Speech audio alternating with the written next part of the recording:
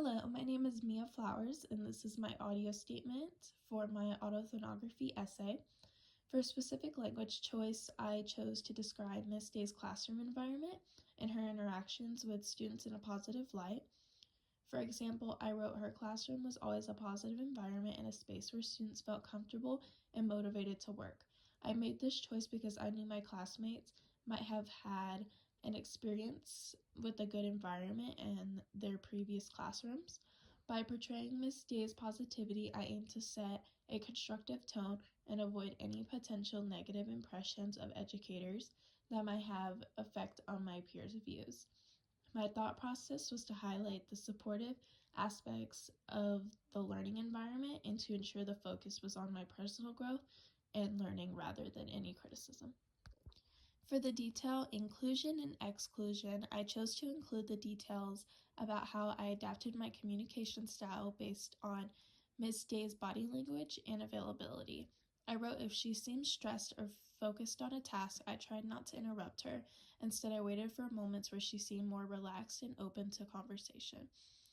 I included this detail to demonstrate my growth in understanding the importance of adapting my communication style based on others' body language or language in general, which was the central theme in my autoethnography essay. By including this, I wanted to show that I was learning to be considerate and respectful, which is a relevant lesson for my classmates.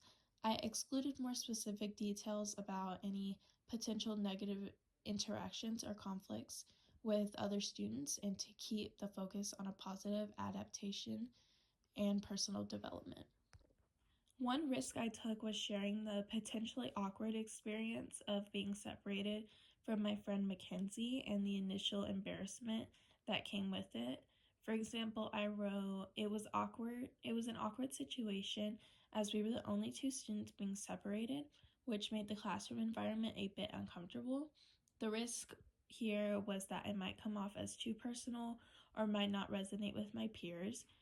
During the peer feedback process, some classmates found this detail relatable and appreciated the honest reflection on how personal friendships can impact classroom dynamics.